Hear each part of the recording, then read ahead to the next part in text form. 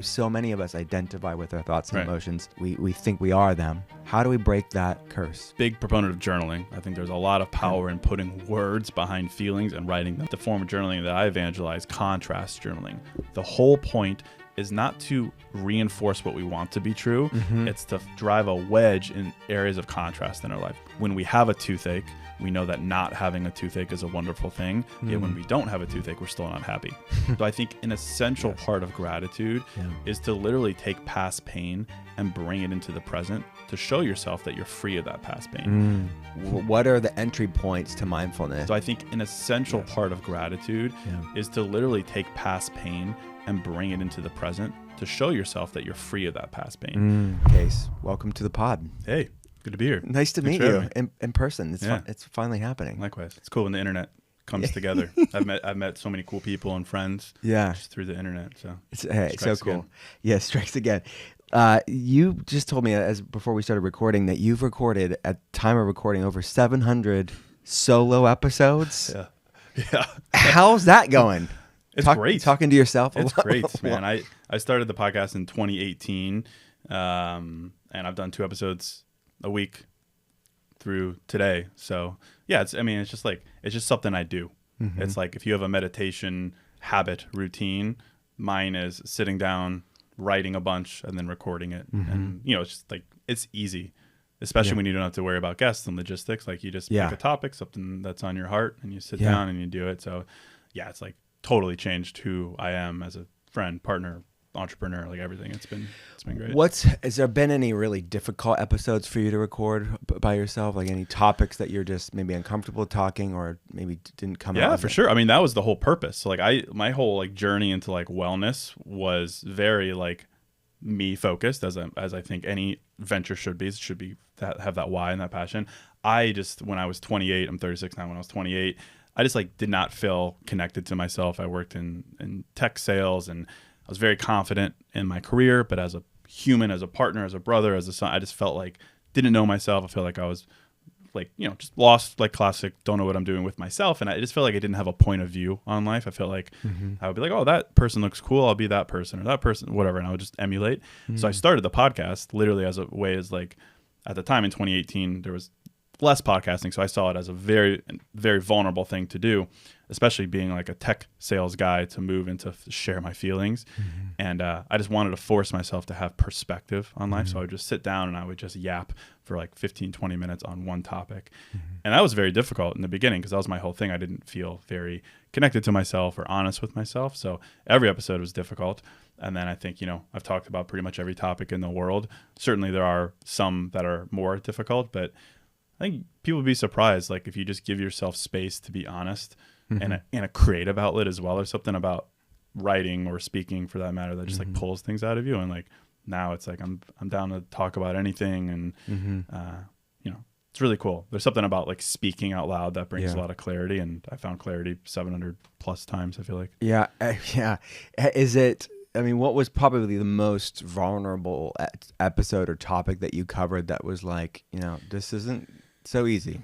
Yeah, I mean, I've done a lot of like soul searching on it, like from like being a pretty classic like avoidant relationship person in my 20s, and like not just like saying this is who I am, this is how I feel, this is a tendency I have, but like where does it come from? And, like digging through like family things and like going back and like being honest about those things.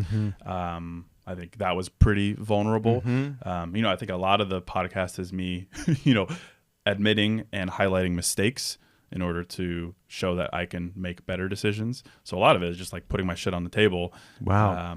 And using that in like a powerful way. That's powerful. I mean, to show that, to have that humanity to it, and to not have that sort of, hiding behind. It's so easy to show people exactly what you want to and curate what you want people to see. But that's the opposite of why you got into this. And it's like, podcasting with other people is amazing. But my whole thing was I didn't have perspective that I felt like was my own. So I was like, I'm not going to have other people come on the podcast and let them give me more guidance. I need to figure it out for myself, and I need to be real. I need to use statements like I am, I feel, I've learned, like why do I? Yeah. And I think that focus on the self, the real self, as opposed to like the shiny perception self has been great. Is there any topic that you've covered in all your episodes that the audience took it differently than what you intended and you were misunderstood? Yeah, that happens quite frequently, and on social media too. Yeah. It is so interesting the way that people apply their own pain to things, and it's classic internet. Like I could be like, hey, I really love apples, and they're like, what, you hate oranges? What is going on? And that's just an interesting anecdote about human nature and just like aggression or whatever. And like keyboard confidence, keyboard warrior confidence. And just like the absolute the collective outrage of people who maybe misinterpret or assume you're very binary in your thinking. I mean a lot of I do a lot of dating content. And I never intended to. I don't consider myself like a dating coach or anything like that. But, my content is mindfulness content. How can we better know ourselves so that we could better speak to ourselves? And what area of life is more ripe with frustration and angst than dating? So I tend to go there a lot to like pull out the emotion so that we could dissect it and then apply it to other areas of life. And, a lot of people, I might say something about what you deserve in a partner and someone else might feel differently. I get a lot of that. But that was the whole point, to show that there's no right way to live or to date or to love, and that I can put something on the table that might be different, and then we can all relate to it in different ways. And I think that's what I'm so passionate about lately, especially like in light of social media, where it's like 10 rules or 8 laws or 22 truths, and like it's great that there's different ones, but we have to understand that their right way might not be mine and my right way might not be theirs, and like to give ourselves the freedom to not just emulate and copy or to get in our head about certain things because their life looks different or their relationship looks different. So that's why I love doing like live conversations, or I put on my own events and I'll do a live Q&A in front of 200, 300 people. Like that really forces you to be honest and real and to show up. So like I love that kind of stuff, like challenging. Yeah. So that topic of like, okay, I'm just putting it out there, you can have a different perspective. That's why we want to have this conversation and have almost this free, forum of ideas. And like something that I talk a lot about on the podcast is the concept of diversity of thought, and people that have different perspectives, and we don't have to be, have the group think, but we're in an interesting time in human history. We're coming out of what the world may call cancel culture, where we maybe overcorrected, where there were problems, but when we love to overcorrect in humanity. What's your take on cancel culture? Is it dead? Is it here to stay? It's definitely not dead. I'm lucky to be on a side of the internet where, I want to spread love and help people feel seen. And I purposely avoid topics that are controversial because I want to be the guy that when you come and you listen or you read, it makes you feel good. I'm just not interested in the triggering type stuff. I'm not afraid to have an opinion. Certainly, I just avoid politics or like, anything like that. Yeah. But we are in an interesting time. Like my understanding of history certainly isn't complete, but I think we go in these cycles, particularly in the U.S., of like how we see ourselves and how we see society. Like there was, a time, I don't know, call it like post-World War II, where we really came together as a society and we rallied around home and family values. It was great. And we've moved into this like individualistic society. And like now we're in this more community society, but it's like, as a community, we rally around negativity. Like the glue that binds a lot of people together now is mutual hatred, mutual triggering. So it's very interesting to go from community in a good sense to individualism, which could be good or could be bad. And now we're in this like community binded together by ideology and politics, and there's a lot there certainly in tribal, but it's the glue is negativity, and certainly you need that to evangelize change, and I'm not going to boo-hoo that, but I think it definitely inspires a lot of, maybe unhealthy cynicism and some toxicness there. Like, I don't know, like my girlfriend's a DJ, for instance, and she's an attractive woman who's a DJ in a male-dominated field, and it's just so interesting to see, like, she'll post a set or a gig that she had, and people are just like, they're like, you're a woman, like, you're not actually DJing, like, you're just standing there looking pretty, and like, I know that's a very niche example, but it's like the internet has this cynicism towards people nowadays where we just don't believe in certain truths or like goodness. And, I can't say whether it's right or wrong. All I know is that like I want to spread two things specifically. Like my whole work is I want to help people feel seen and what they're going through. I want them to feel less alone. And then specifically through the power of language, I want people to have a reason to be hopeful. Yeah. Like not toxic positivity, but find a reason through informed optimism and introspection to actually be hopeful. So That's beautiful. yeah, kind of react to everything I just said. And my conclusion is I'll do this work. Yeah. Yeah. So good. It's a positive light in that, and you want to be the change that you're looking for. And hopefully, I mean, do you find that you've changed hearts and minds of people that maybe were cynical, that were caught up in that sort of negative groupthink online or in real life? I think I've certainly given people little glimpses of it, and it's up to them whether that becomes a sustained mindset or not. Which is why I try to create as much content and write as many books and do as many podcasts as possible. Yeah, critical mass. Give people their a prescription that renews every week for optimism. But yeah. What was the translation from tech to mindfulness? I mean, you started the podcast. When did the sort of immersion in mindfulness begin? So like, mindfulness is obviously a huge buzzword, and it's great. I don't have a problem with it, but it means so many different things to different people. I never set out to be like, I'm going to do mindfulness. Yeah. Didn't know what it was. Right. And still, it means different things to different people. Like, we might have different definitions. Yeah. So I didn't set out to do any of that. I set out to know myself and to force myself to have perspective. Lo and behold, that is kind of what mindfulness is. Yeah. It's knowing yourself, Know thyself. being not judgmental of yourself, sitting in your emotions, bringing your mind and body to the same place. Yeah. It's pretty cool. I think the thing that I've really realized through the process is, like, most people say mindfulness is, listening to yourself in a sense, right? And however you do that is how you do it. But for the most part, the soulful essence of it is listening to yourself. You're sitting and you're being non-judgmental and you're accepting your feelings and you're examining them, but you're listening to yourself. The part two of that, the definition that I add to it, is what I'm so passionate about, and it's why I write quotes and do all these things, is like mindfulness is listening to yourself, but mindfulness, perhaps more importantly, is how you talk to yourself. Yeah. It's like, what do we do with all this introspection? Like, Michael Singer's subconscious mind, like just hearing the thoughts, what do we do with them? Considering that a lot of them aren't real, a lot of them are unfair. We're receiving a lot of them, we're not originating on them. What do we do? Well, we have to speak truth to ourselves. That's how we make these feelings real. It's how we actually do something with them. Like, I draw such a close corollary between a word like mindfulness and a word like optimism. Like, I think mindfulness is the one and only conduit to actually being optimistic. And when I say optimistic, I don't mean butterflies and rainbows optimism. I mean, I define optimism as the belief that things can change. They can change for the worse, but they can also change for the better. So that's where I lean, but I'm not, blind, toxic optimist. Yeah. And the way that we believe and prove to ourselves that things can change are literally with the words that we speak. Yeah. How we feel. What does it mean? Is there finality to it? Can it change? That is how we actually become optimistic. So my whole journey through it was never like, I want to do mindfulness content. It was, I want to know myself better. Through that process, definitely got to know myself better, and then realized the power of how I then speak to myself makes me more hopeful. And that's kind of where I've centered a lot of my work. Okay. So for people that don't like to maybe boil it down to, like, how would you define mindfulness? You would say it's knowing yourself and knowing how to speak to yourself, having a better relationship with yourself. Yeah, for sure. So what does that, for somebody's like, okay, that sounds good. What are the entry points to mindfulness? What are your favorite ones? Yeah. I think the one that I'm really rallying around, as are a lot of other people. I had Gabby Bernstein on my podcast the other day, for instance, and she was talking about IFS, internal family systems, therapeutic approach.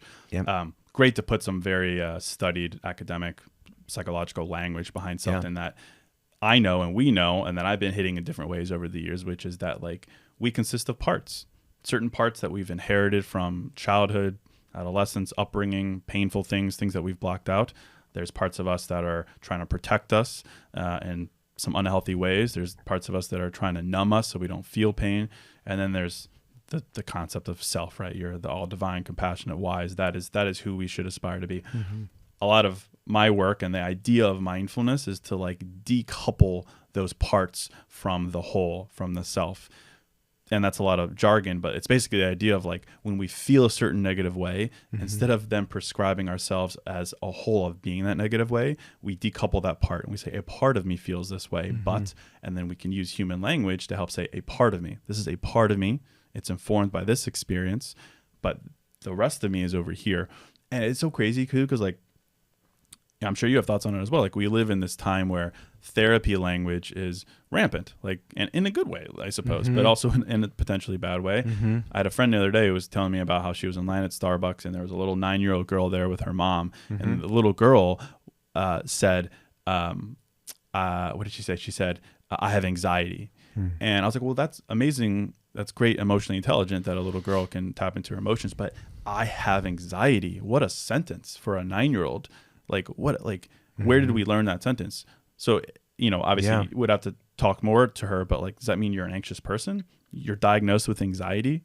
No, it's a part of you. You're having an anxious thought. A part of you is feeling anxious. Like, how can we decouple those things? Yeah. And how can we push back against a lot of these like permanence, the labels that, especially like in dating and narcissism and attachment styles and all these things, which are hugely informative. But you go talk to a therapist, they're never going to use that kind of language. They're going to use the language behind the language to help get to the core of these things. So big on like helping decouple the parts so we don't grasp onto these things and say, I am an avoidant make it your attachment identity. style. Yeah, it's crazy to me.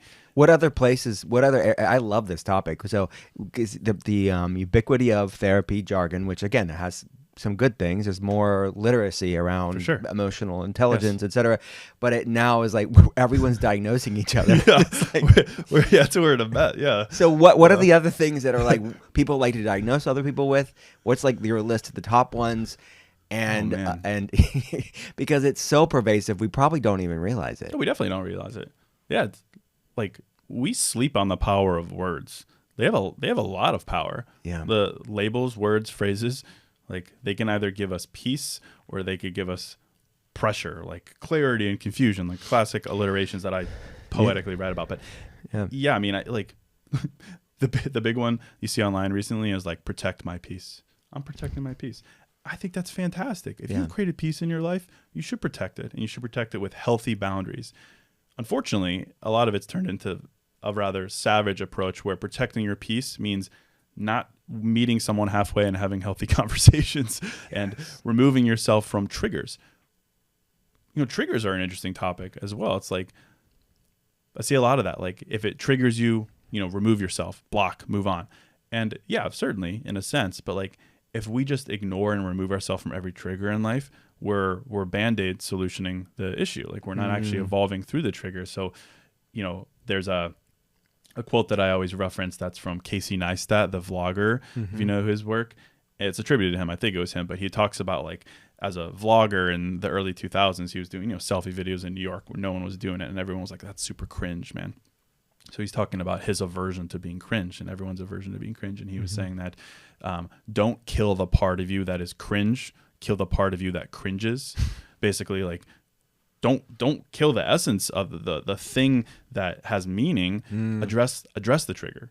Yeah. And the trigger can be like a sign of the things that need healing in ourselves, right? Yeah. I mean, you talk to any person in the space, they're all going to say triggers are gifts. Triggers are signposts. Triggers are a light shining on the very thing that you need to examine. Yeah. And it's just interesting now how we've gotten in this, I always refer to it as like savage. It's like protect my peace, catch flights, not feelings, that kind of vibe. It's like, sure, yes, but that has to come after we do the examination and potentially we reveal our role in a lot of this. Yeah. And gaslighting comes to mind too. Like we love to say that, which again, there's real gaslighting in the world. I talk about medical gaslighting a lot within people with health issues and autoimmune conditions. Okay, but hearing a different opinion and different perspective doesn't mean you're being gaslit. So can you like set the record straight on like what is and isn't gaslighting and how do we like to diagnose everything as gaslighting today? Yeah. It could very well be gaslighting, like someone intentionally making you doubt yourself, but it could also be unintentional. Like I love my girlfriend, like she is my life partner, but I undoubtedly hurt her sometimes in some ways inadvertently, whether it's gaslighting or not. But like, I think it all comes down to intention. It's the same way with like love bombing, for instance, love bombing, gaslighting, all these terms. It's like, is it love bombing or is it just someone who's eager to know you and love you and they feel like being enthusiastic is a smart thing to do? Is it gaslighting or are they misremembering or are they not choosing the right words? I don't know. We need to protect ourselves certainly, and we shouldn't, living in Miami recently, I've always been a believe everyone at face value kind of guy. Oh, yeah, he said this. So, and living in Miami, I've realized that maybe a pinch of skepticism is due, and we should all have that in dating and they're going to take the Midwest out of you, man. I refuse to let it go. I believe you. Oh, you live on the moon? Cool, man. What's it like there? I don't know. I'd rather be that than again like the cynicist. Oh, I don't want to live that life. So it's all about balance, of course, and I think these things, love bombing, gaslighting, it's like, if it makes you feel a certain way, we need to examine that feeling. The only way to cut through the crap is to then have a conversation with the person doing it. Like, I can't tell you how many times I've talked to people who amp themselves up in a vacuum, or even worse, in the group chat, where it's just like we pile on our own bias until we've come up with a worst case scenario. Whereas, it's a boring advice to say that communication can solve 99% of issues, but I really do believe it. And I think we're very averse to those things. We'd rather come up with crazy thoughts on our own. Yeah. You mentioned the group chat, and like, okay, do you think there's ever been, I want to know what your experience is, have there been any changed hearts or minds or something solved in the comment section on social media? Like, there's just lots of debates going on. I feel like I live in a bubble, because I would say my comment section is love. Got it. It's true love.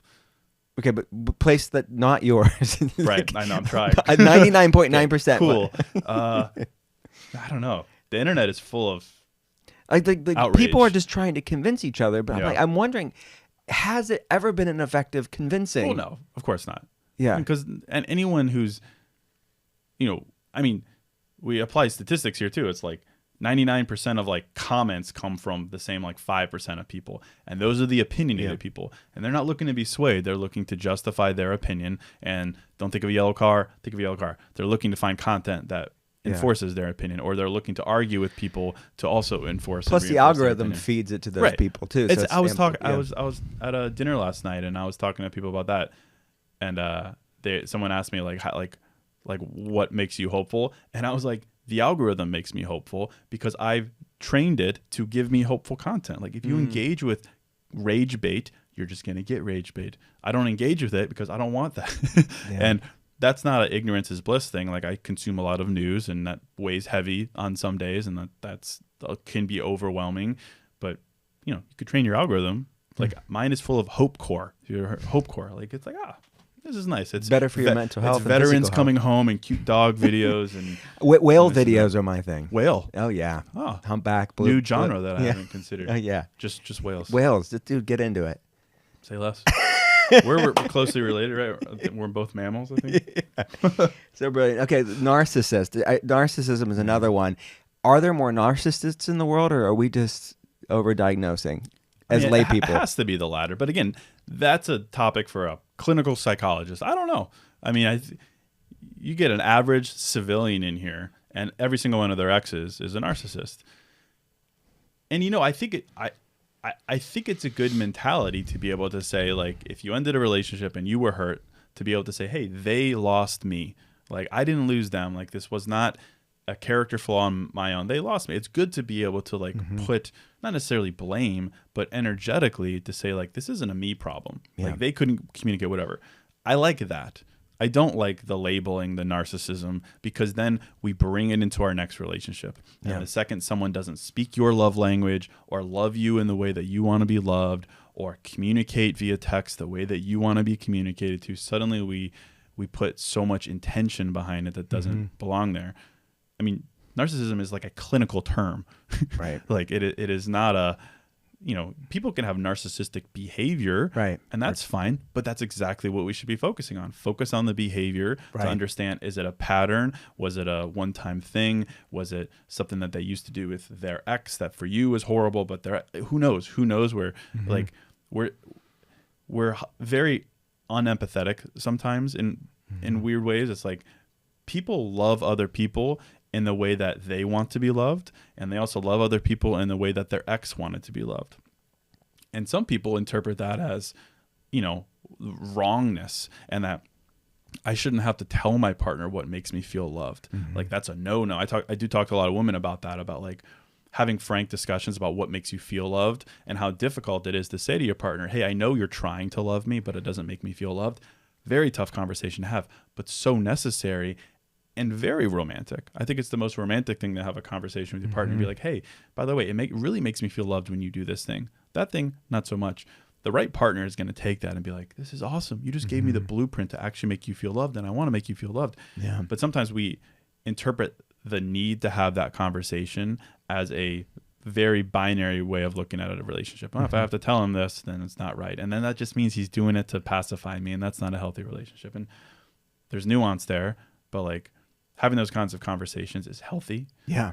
And coming at it from different perspectives is healthy. And it's so good. A lot there. So you mentioned IFS being kind of an entry point to, or realizing some sort of methodology. What I'm hearing you say is some sort of pathway or practice for us to realize we're not our thoughts and emotions. Yes. We're some sort of observing presence of them, as Eckhart Tolle says. Yeah. What are some ways to break that? Because so many of us identify with our thoughts and Right. emotions. We think we are them. How do we break that curse? So I'm a big proponent of journaling. I think there's a lot of power in putting words behind feelings and writing them down. And there's, of course, great neuroscience around the mind and body connection. That's less important to me. It's language selection that allows for us to, one, decouple from a temporary state, but two, also like show ourselves that emotions are transitional phases.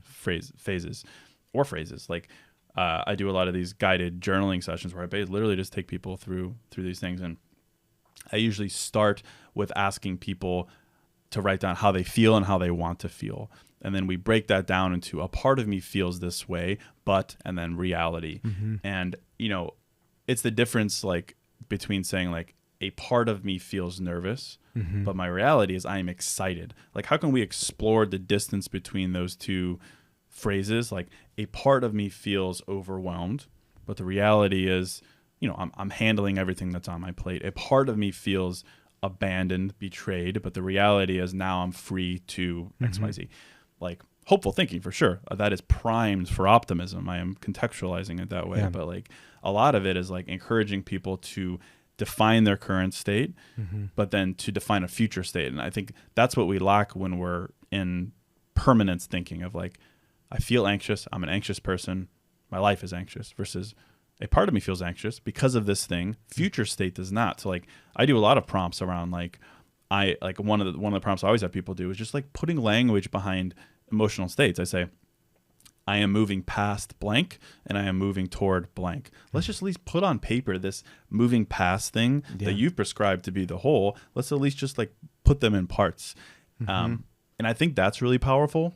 So journaling as an entry point to kind of pull all your thoughts out there, and shift how you are talking about a situation or how you feel. Yes. Okay. So journaling, I'll be honest with myself. Like, okay, we tell telehealth patients to journal. I know I can give people the advice, but as doctors are typically the worst patients. So I'll be honest, since I'm with someone that's also vulnerable. I'm like, as a doctor, I do a lot of writing. All my books, I've done typing, right? Not the actual writing bit. I wrote my wife a letter the other day, and I was like, I'm going to type it. No, I'm going to actually write it out. My penmanship's so bad, which is another doctor thing, and it's like I haven't written I haven't written out with my hand for that long, like a couple pages, in forever. Or I'm like, journaling would like be overwhelming for me because I'm like, my penmanship's not good. I'm not good at writing. Like, what? Why am I overcomplicating it? Because I know that I am. I would say a couple things. I would say. First of all, I prescribe a lot of connection between creativity and emotional vulnerability. Okay. The best artists are creating vulnerable works of art. Handwriting is creativity. It's an art form of itself, especially if you're flexible with your lettering and your handwriting. But like, to me, like, I would very much encourage people to handwrite versus type for a couple of reasons. First and foremost, as far as like why we're even writing things down as opposed to just thinking about it, like, again, not a psychologist or scientist, but like the brain is really good at retention, right? So it keeps us alive. Like, remember this, that's hurtful. Remember this, like hang on to this. Makes you feel anxious for a reason. It's we're protecting ourselves. Brain's really good at that. Not so great at processing it at the same time. So we have to find a way to like drive somewhat of a wedge in there. I always call journaling intentional thinking. Intentional thinking. Like, how can we take an anxiety and freeze it just enough to actually process it for once?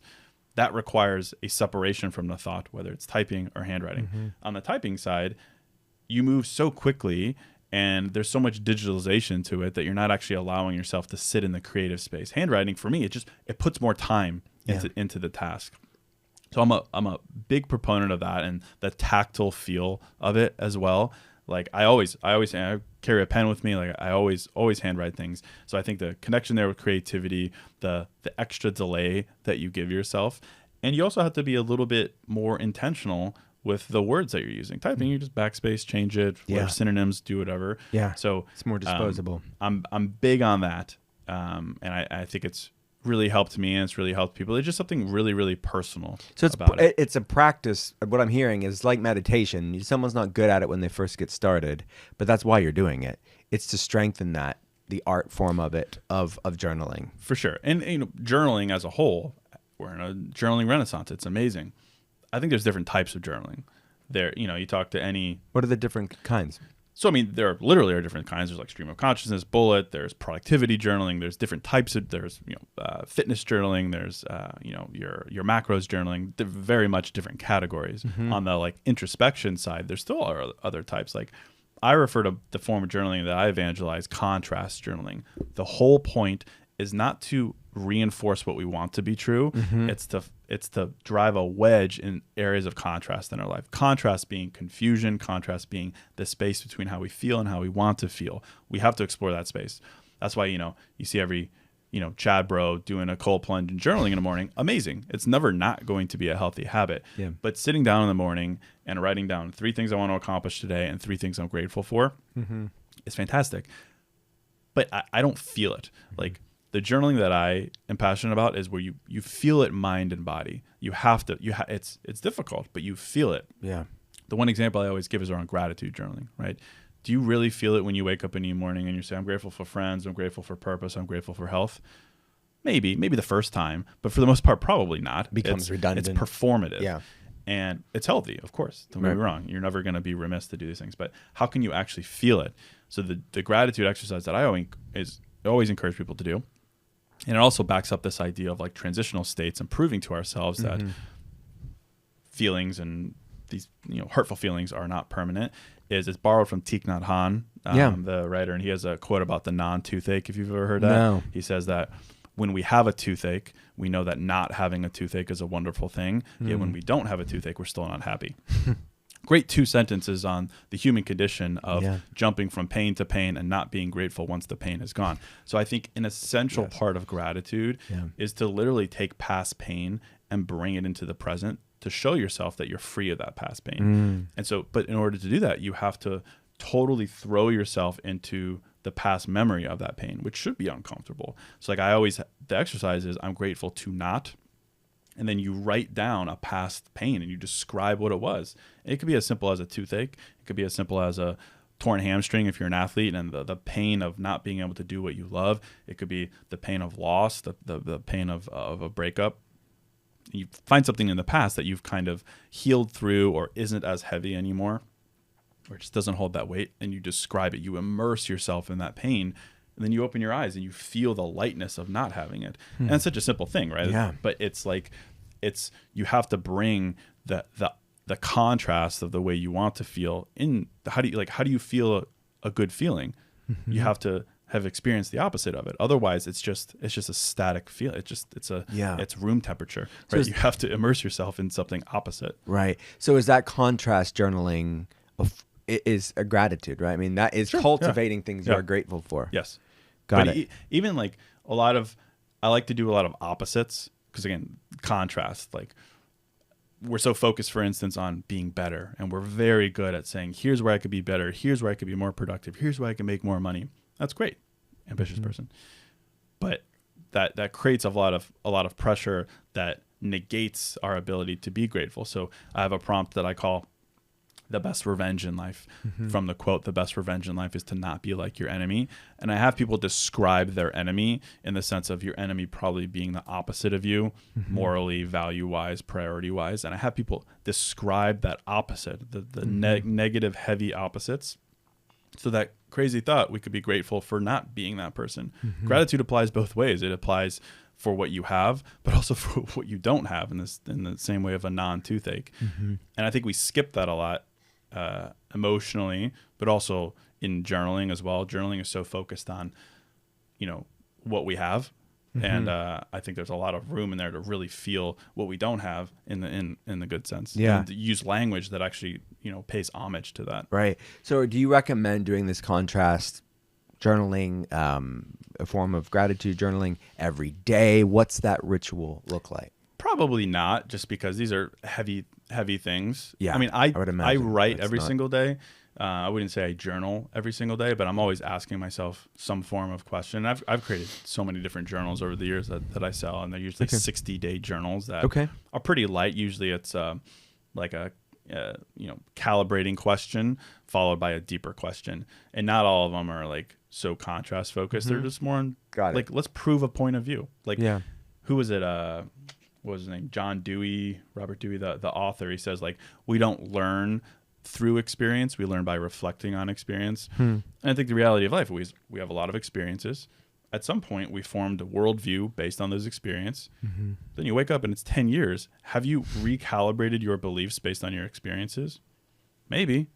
That's why, like, I don't like when people say that's just who I am, because it's such an interesting thing, because, like, we're told from a very young age, like, be yourself, be your real self.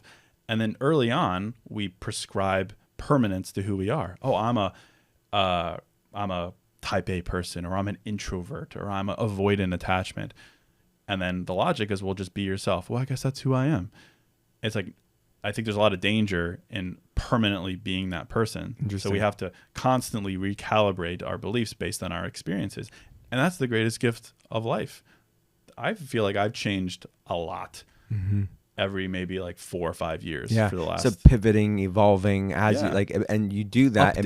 Updating. Yeah. We're the new Push iPhone. The software update. Not the newest one. That one sucks, but like another one. Seriously. But you're doing that because, and through journaling, you can sort of download it, if you will, these updates. Yeah. Make it real. Yeah. I mean, like, what makes something real in life? At least in my world, it's if you could touch it, feel it, smell it, maybe. Like something it's sensorially. Senses. It's one of the senses. So, like, I don't know. It doesn't do it for me to be at the gym or on a walk and be like, oh yeah, that feels like a truth for me. It's not real until I write it down. Got it. So you're writing it down. So, and obviously you have these journals that people can get in there. You have the prompts and guide us through that. But like, what are some, if you're not doing the contrast journaling every day, what are the other types of journaling that you would pepper throughout the week? Like, what's an example of a prompt? Sure. I mean, I would say two things. I think, for one, in the same way, like, meditation, I'm not the world's most prolific meditator, but there's no outcome from meditating. You sit and you just exist. That's a whole other topic about boredom. Being bored is like where the juice is in life. Bro, I just talked about it yesterday. We need to talk about it. I did too. I literally brought this up on Gary Brecka's podcast. Him and I talk about boredom, and I think, okay, I want to save that for the people should watch that. But no, I want to talk about this with you, but I don't want to mess up your thoughts. So go there, and we'll go back. Talk to about boredom. that in a second, because I got maybe something to add to that. We have to be willing to be bored.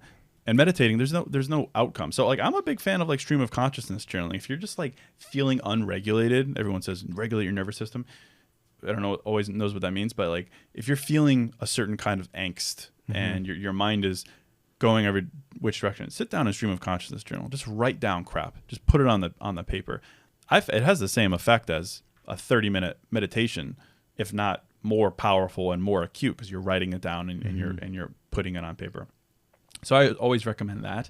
Otherwise, I mean, a lot of the prompts that I've developed are around language. Like, literally, like, how do you describe yourself? It's very practical stuff. We love adjectives. Like, we love prescribing ourselves as, I want to be happy, I want to be successful, so on and so forth. I'm not a huge fan of adjectives for the very nature of adjectives, in that they're temporary, they're fleeting, and for the most part, they're controlled by outside circumstances. We're never going to be able to be happy or be successful in its complete entirety. Yeah. So I really try to encourage people to find ways through journaling, through prompts, through introspection, to shift adjectives to verbs, so that we can control the things that will make us feel the adjective, so that we feel less powerless in life. I sometimes refer to mindfulness as like brute force mindfulness. Sometimes it is butterflies and rainbows and feeling soft. Other times it is doing things. It is running through a brick wall and prescribing action to the way that we want to feel. And, I get very motivated when I write. Even like the energy of writing. Like I do my best writing between like 10 and 12 in the morning, between coffee 1 and 2, and then with house music on. Like I'm a big dance music, house music guy. Yeah. That is the energy that I prescribe to journaling. It's not like the softer side, the sad side. It is the energetic side. Like, what are the things that I can do that have come from this introspection? That is the real sauce. How would you shift like an example of shifting an adjective to a verb? Like some more examples there. Yeah. So usually I start the sessions with how people feel and how they want to feel, and we're exploring the gap there, the transitional phrases, the parts of ourselves, so on and so forth. I usually close with a prompt that's kind of derived from productivity circles, the idea of describing the type of person you are. So the prompt is, I'm the kind of person who blank. And the idea is, instead of putting pressure on yourself to, lose 10 pounds or something like that, we prescribe the type of person you are. I'm the type of person who eats healthy, works out regularly, so on and so forth, the actual habits. Same idea with this. So we take those adjectives in the beginning that people say they want to feel, and we just break them down with the actions that would make you feel that way, the things that people can't take from you. So, it's essentially giving yourself a little bit of a blueprint to actually feel the way that you want to feel, which is great, but using actions to. And you're making what you call them affirmations. Yeah. Because I call these sessions mantra, where at the end you come out with like different mantras that you can repeat to yourself or just have or whatever it is. So real quickly, like for people that aren't making the connection here, like the science, the health benefits, if you will, like what are the health benefits of journaling and these very specific types of journaling and affirmations and mantras? What is it doing to our neurochemistry and physiology? That's a good question. I to be honest, I don't know. Like that's not my space. What have you? Let's just say, what have you noticed? And I can give you my functional medicine. Great. I would love to hear it. For me, it's what I referenced earlier. It's the movement from retention to intention. Got it. Retentional thinking versus intentional thinking. And there's a big difference there. Like you think about like at night when you're trying to sleep and it's just anxious thought after anxious thought. There's no real like, what do I do with this type thinking? It's just, hey, remember that time you felt this way. Remember how this thing is bearing on you. Very much retention of anxieties. The very act of just putting thoughts down, for me, it freezes that and helps you actually process them and be intentional about it. If only just for a couple of minutes. And even if you don't have a breakthrough, in my life, I found that it does pause that retention for just a little bit so you can actually process it. Well, it is integrating it, right? It's allowing you to process things. And I would say from a physiological standpoint, in studies that I've seen, and I can see even on labs, people that are consistent with these practices, these are mindfulness practices that help to lower that sympathetic fight or flight response. It helps to modulate that and improve that parasympathetic, that resting, digesting. It's so many people are stuck in that hypervigilant state. So this is a way to actually shift your physiology and lower the stress hormones, lower interleukin-6, these inflammatory proteins. I've seen studies around self-compassion and gratitude and it lowering these inflammatory proteins. So it's like mental health is physical health. And I want people to see that translation of, yes, you'll feel good, but it's also shifting your biology. Yeah. Yeah. And like psychologically too, like, the tie between like the concept of self-efficacy, which is literally just self-belief, and the way that could be reinforced or even catalyzed through journaling. Like I was doing an episode the other day and I was referencing a couple of different studies, blanking on the names, Albert Bandura maybe, but talking about how there was one where he had a bunch of college students perform these different tasks and separated the people into different groups based on what he would tell them as they were doing the task. He would tell one group, do the task, give them no feedback. Another group, hey, you're doing great, you're on the right track, so on and so forth.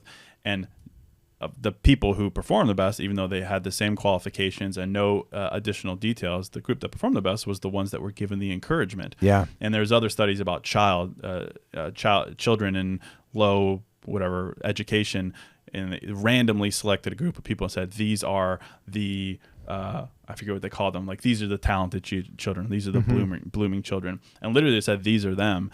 And they were told that over and over again. And then at the end of the years, they all tested majorly higher on IQ tests. Yeah. And there's something there about, of course, self-efficacy. You being told that you're doing good, that you're on the right track, inspires higher performance.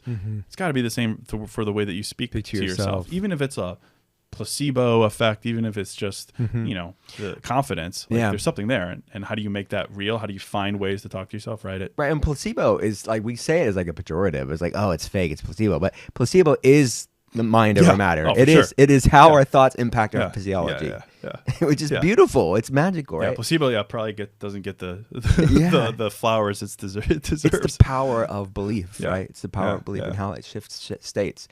Okay, let's go back to boredom. Yeah. Like, what are we missing with boredom? Why are we like? This came up in conversation with me and Gary Brecka of like we're constantly numbing and distracting ourselves, which has always been a human thing. But like you go back to just like me when I was growing up in the 80s and 90s, like it is. We knew how to be bored, and now now I'm so weak in that area, and my kids are really weak in there because they didn't know anything different. Yeah. Is that what you're talking about? Yeah, exactly. Okay. I mean, think of all the great introspection that comes from boredom. And like even I was at dinner last night with a bunch of great people, one of which was Dan Buettner. If you know Dan Buettner, Blue Zones. Dan Buettner. And I was chatting with him, and he was talking about how boredom is a key component in many of these blue zones. So take that for what it's worth. If you're talking about longevity, your ability to be bored, physical health, physiologically, what that does to yourself. But we were talking, I was like, man, I was like, the other day, like my pinky was hurting. And I was like, that's because I've been holding my phone like this. I'm like, what an outrageous physical ailment that has come about because of my ability to be bored. Yeah. And I just think about like my behavior. I think about our behavior, like at the gym, for instance. All right, we're at the gym. We're doing physical things. We're doing primal things. We're connecting with ourselves. The fact that I always pull out my phone between sets is just like, it's so disappointing to me. Yeah. So I'm just throwing like anecdotes at you, but I'm like, there's gotta be power in boredom. And I think we used to know this, of course, and I'm sure there's some great, psychology we could put behind it, but it's like, those are the spaces that we have to explore, and we can't just distract But it's very ourselves. uncomfortable, right? When you're kind of, so any tips? I mean, like we said, we're both speaking from, yes, we're aware of it. We're trying to create better boundaries with these things, but like any tips for people to lean into the boredom, to rest in the boredom? I mean, I think it's the same in the same breath that I say brute force mindfulness. I mean, if we're aware of these things at a certain brute force point, boredom. we had to brute force it. Leave your phone. Mm-hmm. Like, I remember the other day when TikTok went down for like a couple hours with the federal ban or whatever, and I would find myself sitting there bored, pull it out, go to TikTok. Oh, right, it's banned. I was like, did I even have control over my body? So like, I think we need to recognize these tendencies, and we need to just, not the greatest advice. We just need to not do them. I don't know. I respond well to that kind of advice. Yeah. If you have something that you have recognized is draining, toxic, unhealthy, stop doing it. So I would say that. But like as an artist, and again, I talk a lot about the tie between introspection and creativity. Like that is where your ideas come. They come to me in the shower, on the treadmill, on a walk. They don't come from the times where I'm engaging with distraction. So if that's the case for creativity, which again, creativity, whether it's art, music, writing, pottery, whatever, if that is a signal for something that is pure and real and vulnerable, then the same has to be true about that introspection that comes from those times. Yeah. We're talking like throughout this whole conversation, we've kind of talked about language and the power of language and how we speak to ourselves, how do we speak about other people. You have education you learned Chinese and Arabic. Yeah. Why those two languages? Yeah, you wouldn't know it because I'm a pale dude from the Midwest. I look like maybe I hablo some inglés, me llamo case, right? But no, I've always, my brother's a cardiologist. My mom was a lawyer, very like traditional profession. So like I was gonna follow suit. Just wasn't smart enough. I went to Notre Dame, good school, good private school.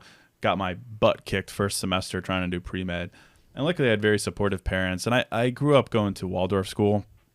Like Montessori learning, Yeah, I love that concept, and so I've always had supportive parents as far as like do what interests you, and I was always good at languages. In high school, I took 6 years of Latin. I don't even know if they still do. I Latin took 2 anymore. years of Latin. I was really good at it though. I got all fives on the It's AP, fascinating. and like I was really good at it. Yeah. And then I was like, oh, I can't do pre-med anymore. I just can't crack it. Didn't really want to do business.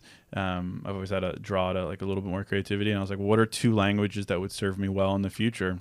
Chinese Mandarin for international business, and then modern standard Arabic on the government side. I also studied Hindi and Urdu as well for a couple of years because they're closely related. Yeah. And I don't know. It was, I mean, it was so great. It was a very small class. Did Chinese every single day and Arabic every single day for 4 years. I lived in Shanghai for a bit. Been to China several times, but I worked there for a while. And I don't know. That was just one of those things that I was like, this interests me. I'm decently good at it, although Chinese was very difficult. And yeah, I think, and it's so interesting now. You talk about like connecting the dots, looking back, because like now it kind of makes sense that I've really stepped into my ikigai and it's just like Chinese is so nuanced when it comes to the subtext of words. I mean, it's got different tones that totally change the meaning of the word, and yeah, it's like the meaning of the word, but also the word that we select. Like, I'm gonna butcher the tones on these, but like you say, like I have a wenti. Wenti means problem. Like this is a heavy thing. It's meant to be solved. We have to get it off our back. A jihui is also a problem, but it's more so of an opportunity. It's the same in human language, right? In human language, in English, where we could say it's a problem or it's an opportunity. Yeah. But the tonation of Chinese really brought that to light for me, as far as like, what is the energy of the word? What is the subtext of the word? And now it's so clear to me of like, we borrow words that, that we hear a lot. Same with like narcissism, and they don't mean anything to us, but they mean things to other people, and we're borrowing that. Yeah. Like, how can we hit reset and actually use words that are personal? And have you ever looked at sort of the esoteric or the ancient sort of creation myths around language? I find it beautiful. Like a lot of faiths will say God created the world through language, right, and the power of speech. And the magical phrase, it's so cliched, but abracadabra, it's the origins is like, I create as I speak. Right, beautiful. Like we create powerful things through our tongue, our mouth, our language. There's even this book, I don't know if you know who Young Pueblo is. Yes, he's a good friend of mine. Yeah, same. Yeah, I had dinner with him and his wife the other day, and I was telling him he's still in Western. I don't talk to him much anymore. Yeah, he lives in like the woods of Massachusetts. Yes, I told him he was in Boston when I first met him. I'm like, you need to move to the woods. Yeah, and he finally did. Yeah, no, he lives there for sure. I'd like to say it was me that the impetus. Sounds like it was. I'll take credit for it. No, for sure. He's not here. Anyway, he was like, dude, you got to read this book called Babel by R.F. Kuang. I forget her name, but anyway. It's a fiction book. I don't read a lot of nonfiction, or I prefer fiction. And it's literally a book set in like an alternate universe of like the 1700s, where people have alchemized the power of translation between two languages, where if you take a silver tablet and you transcribe, you write on it two different words from two different languages, the overlap of those words gives it magical powers, and it like powers cities, and it bring people back to life. It does all these crazy things. And it's like, so it's fiction, but it's like so cool and so up my alley about the power of language, mystically and magically. It's a very cool book if people are listening and want a piece of fiction. But I mean, language is everything. Language dictates. I always say that like the words we use dictate how we relate to our feelings. They literally dictate the way we experience them. Right. And we move a mile a minute. Love to just yap and use words, and that's fantastic. But I think if we took a step back, we're a little bit more intentional. Not only would we honor our feelings in a more true way, but then more importantly, we would give ourselves a reason to believe that feeling, if it's a negative one, can change. Yeah. And I think that's what I love to focus on. I love that. Yeah. Well, yeah, we have these 30 trillion some cells like listening in on our thoughts and emotions about ourselves and other people every day. Dan and I were having a great conversation last night. I gotta be better. He was supposed to be here today, I think. He was on the schedule for. I have to have him on the pod some other time. He's great. He's like a dictionary of cool facts, and he was telling me, and I'm going to butcher it, I think he said in 1960 the average 16-year-old had a vocabulary of 50,000 words, and he said today it's 8,000. And we were talking about, it's like big tools versus little tools, big hammers versus chisels. Like, how can we give more nuance to the way that we describe our experiences, as opposed to just taking a boulder and saying this represents my experience and my feeling. Boulder's heavy, it's tough to move, it probably represents some of the truth, but a lot of other people's truths. How can we get the chisels in there? So if anything, maybe it's a call for higher education, broader vocabularies, read more. Reading. What do you think of reading books versus audiobooks? Like, we're talking about journaling, writing versus typing. Yeah. Again, I'm speaking rather anecdotally, but it's the same thing. It's like, I want to touch, I want to feel I'm a big book smeller. Get in there. Yeah. Smell that thing. So good. I don't know. I just feel more connected to it. Yeah. Yeah. There's something to it, right? Because we're Yeah. constantly, it's back to that sort of consumption versus the art form of it, which is more difficult. It's an art form that we've lost the strength. And there's more. It do it. requires intention to read. It does Yes. not require intention to listen. Passive consumption. Yeah. Yeah, for sure. I am thinking of the things we say. I'll get your thoughts of this. A lot of people say it, right? And they mean nothing by it. And maybe I'm being the crotchety old man thinking like it's a big deal, and it's not a big deal. But people will be like, "I'm dead." Like they'll joke around and be like, "I'm dead." Oh, it kills me. I'm dead. Yeah. And I'm like, what does that do on a daily basis? If you think it's funny, okay, and you're saying I'm dead, but words have power. Yeah, for sure. I mean, yeah, phrases like that or like "F me," like all these things. Yes. And I get it in a heated moment, sure. Right. But like you talk about like topics like manifestation, right? Right. Be curious your take on it. Yeah. For me, I've never really. I'm like the Secret. That kind of stuff has never really sat well to me. Like again, big action oriented guy. Yeah.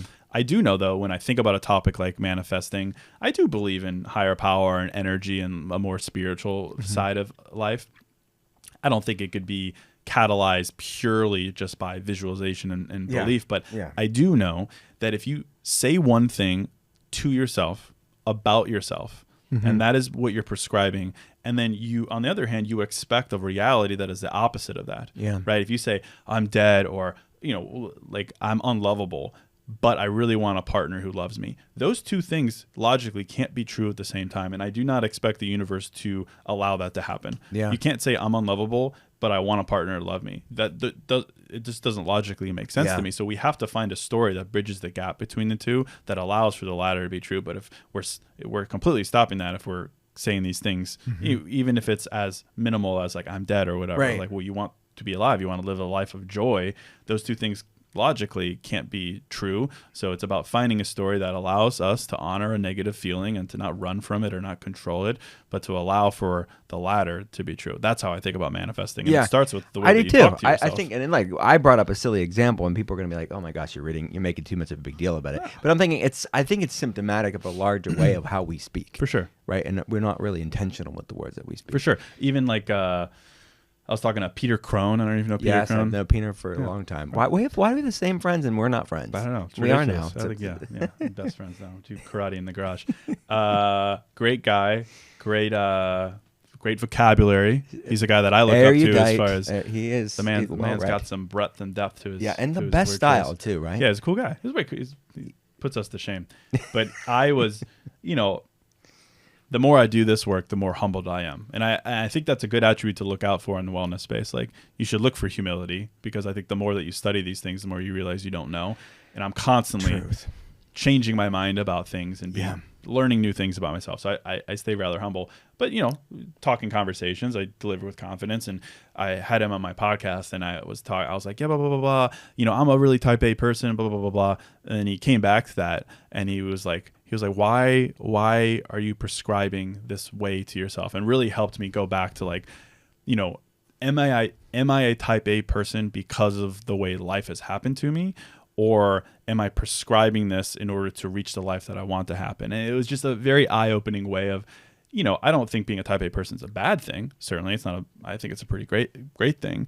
But just like the way that I've been calling myself this thing without really allocating introspection to where it came from or why I'm saying it. And that's such an innocent thing. Like, no one would say type A is bad, but like, think about all the objectively bad ways that we refer to ourselves. Like, going back and understanding why we're saying these things can be, groundbreaking for us. So good. Good. As you know, the podcast is called The Art of Being Well. At the end, we have Your Art of Being Well. I'm going to just throw these out. It's just like just going to be a random menagerie of questions. What's the worst? Good word. Worst taste? My number's pretty high. Menagerie. What's the worst tasting healthy food that you eat? You do it for the health benefits, not the taste. What is it? Nori? Yeah. Question mark? Nori. Yes. Period. It's like seaweed. Yeah. I remember growing up and going to Waldorf school. It was a big macrobiotic diet was a big part of it. And I love that you did that. They fed you a macrobiotic diet at the Waldorf school. Yeah. Hey. And at home.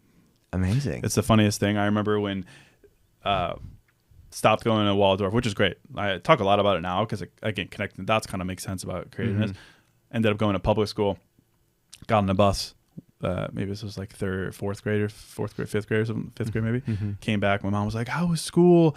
And I was like, "It was amazing. I had 2 foot-long hot dogs." I was so stoked about the foot-long hot dogs. Thanks, public school. Still am, though. Nothing better than a foot-long hot dog. Such an American thing where we measure the length of our foods or the weights. I was in Austin recently, and I was like, let me get a half pound. We're measuring food in its length and its poundage. It's just the most hilarious thing to me. It's very American. Let me get a pound of that. Anyway, that's Nori. Nori's my answer. A pound of nori would be. Yeah, that would put me over the edge. I'm dead. What's someplace you haven't been to that's on your bucket list for your exploration? Yeah, it's a good question. I'm fortunate to have traveled quite a bit. Love Southeast Asia, China, and Japan. Spent a lot of time there. I think I'd like to go back to Japan. As far as where haven't I been? I don't know, man. I don't know. Maybe like Bali or Thailand or something over there. I've always loved like Asian culture. Yeah, it's always spoke to me. So I don't know. Everyone always goes to Bali for like wellness things. So maybe they're on to something. Yeah. I've never. What are we missing on? I don't know. Something about Bali. Yeah. Something to say Bali. You mentioned house music, journaling with house music. Yeah. For someone doesn't know a lot about house music, what's our entry? What should be our gateway drug of choice for house music? Well, I have a lot of thoughts there, just in general.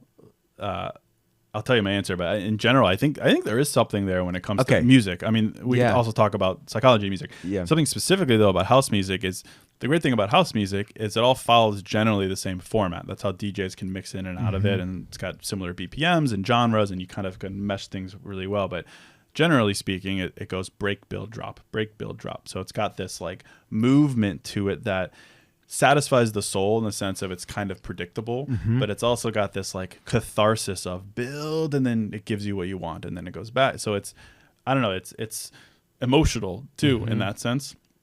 So like I don't think I've ever written anything that's like powerful without listening to some form of house music, whether it's like house or tech house or like progressive house, and like Tiesto or Zed, or those are the more like commercial folks. Yeah, I know them. Or who am I really in? I have my friend is Valaris. I'll shout him out. He does like melodic techno, like really cool stuff. Cool. My girlfriend's a DJ. Her name's Nemeko. She makes like acid 90s trance tech. Like we just talked about trance. Abraham, right? Yeah. He's the producer on the pod today in Miami, and he's big into dubstep. Another great genre. Yeah. Sure Is dubstep considered house? No, it's considered a form of EDM. Yeah, I'm in functional medicine, guys. Help me out with it. There's many umbrellas. There's like EDM and dance music, and then within that, there's like house, tech house, EDM, dubstep. But what I love though, he was telling me about, and which I fully agree, like the frequency of music is like the language of people. So you feel like house, there's something about house with mindfulness that's, I should try that out. Yeah, well, for two reasons. One, perhaps the structure of it. It provides, it's uplifting and it's got the predictable structure to it. But two, on the deeper side, like people are always like, oh, journaling is for sad people. Oh, you're gonna write in your little diary. It's like it's tied to this like sadness or wimpiness, which is just insanely ridiculous. So to counteract any tendency to possibly think that, I'm going to put on something that makes me feel cool, that makes me feel vibrant, that makes me feel action oriented. And house music just does that because 128, 130 beats per minute. It gets your heart going. So to me, I just bring those together culturally, and it helps me feel a little bit better. Oh, so good. Yeah. When I write books and articles, I'll typically have meditation music on, but I'll try the house music. There's many different genres. You can try dubstep. I'd be curious. Yeah. What kind of banger you would write to that? I'll report back. I'll be like, Dr. Cole really shifted his writing style. Like, I'm not gonna lie, this is gibberish. This does not make a lick of sense. We're all dumber for having read this. May God have mercy on our souls.